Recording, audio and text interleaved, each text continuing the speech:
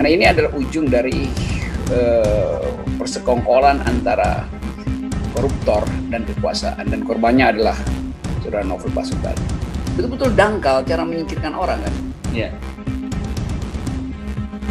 Novel Baswedan tersingkir, koruptor dan penguasa telah berhasil mengumpulkan KPK.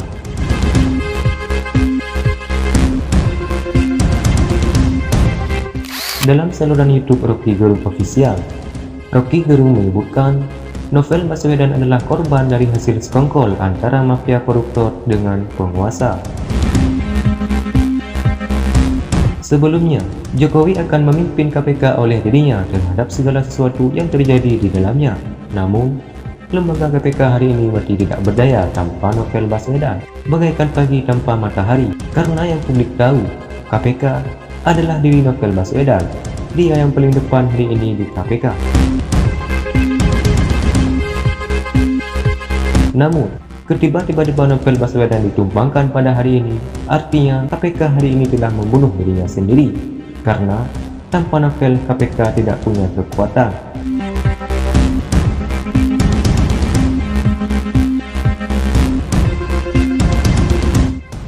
KPK itu tewas bukan karena COVID, melainkan karena stupid gitu. Lagi-lagi berbagai macam alasan yang hendak diperlihatkan oleh pemerintah, yaitu pemberantasan korupsi. Saya akan pimpin di depan, kata Presiden Jokowi waktu itu. Ya. Nah sekarang KPK itu tanpa Novel itu seperti pagi tanpa matahari itu. Sekarang KPK membutakan matanya sendiri. Jadi siapa lagi yang bisa memandang secara tajam tempat persembunyian para koruptor ini? Novel Baswedan, kendati matanya tak mampu melihat secara sempurna, tapi akal pikiran dan nalurinya tahu di mana koruptor bersembunyi.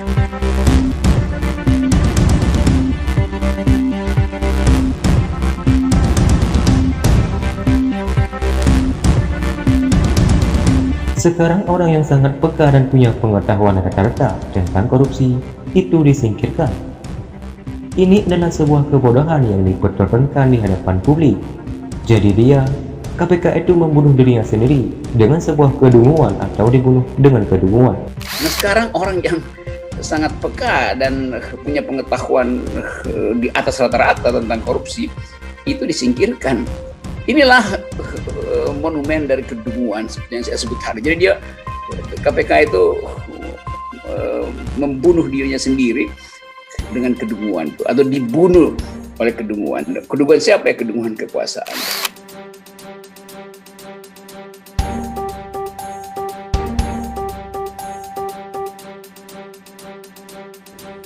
Dengan begitu, Rocky Gerung mengaku tidak habis pikir kenapa orang seperti Novel Baswedan yang telah lama berada di KPK masih perlu untuk diuji.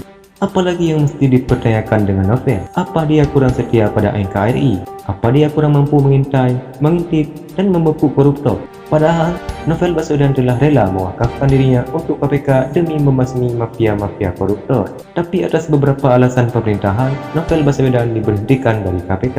Jadi selalu ada semacam persembunyian dari kekuasaan yang seolah-olah hendak diselundupkan supaya nggak terlihat tuh, dengan mengatakan bahwa ya itu kan melalui prosedur apaan?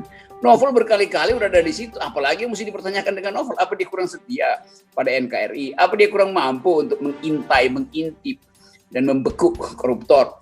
Jadi nggak jelas ini. Menurut Rocky Gerung, sebenarnya Mahkamah Konstitusi harus bisa melihat sebuah keadilan dan menimbang terhadap kejadian ini. Tapi akhirnya, Mahkamah Konstitusi memutuskan dan menolak dengan alasan sudah sesuai dengan undang-undang. Tentu kita ingin sebetulnya Mahkamah Konstitusi bisa melihat secara lebih beradab peristiwa ini sehingga mungkin bisa dipertimbangkan. Tapi akhirnya Mahkamah Konstitusi juga memutuskan menolak judicial review dengan alasan sudah sesuai dengan undang-undang, tidak ada yang dilanggar di situ tuh.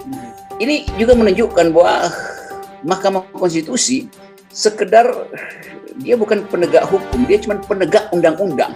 Mahkamah Konstitusi di dalam sejarahnya kita berikan semacam tanggung jawab untuk membaca hati nurani publik, membaca keadilan.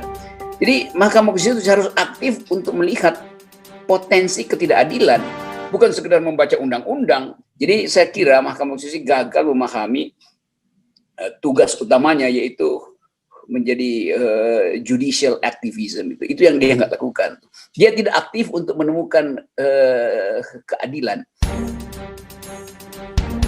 Rocky Gerung mengira Mahkamah Konstitusi hari ini gagal menjalankan misi utamanya, yaitu tidak aktif menemukan keadilan atau tidak mampu melacak keadilan dalam sebuah permasalahan. Untuk menemukan justice, dia sekedar menunggu lalu membuka undang-undang, ini udah sesuai, prosedur udah sesuai.